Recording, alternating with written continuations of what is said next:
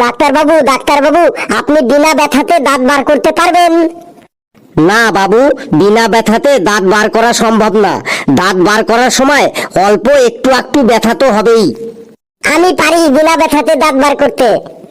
সেটা আবার কিভাবে দেখি তো বেটা? এই দেখুন, বিনা ব্যথাতে দাঁত বার করে দিয়েছি। তুমি তো শুধু একটা বাচ্চা নও বাবা, তুমি একটা জিনিয়াস বাচ্চা। না, ওই ওষুধটা দিনে 3 চামচ খাবে। চামচ কিভাবে খাবো ডাক্তার বাবু? চামচ খেলে তো আমার গলায় আটকে যাবে। বললাম তো, তুমি শুধু একটা জিনিয়াস বাচ্চাই নও, তুমি একটা ঝান্ডু বাম। যাও এবার এখান থেকে। আর শুনুন, আপনাকে বলছি, আপনার ছেলেকে প্রতিদিন একটু করে খেলা করতে বলবেন।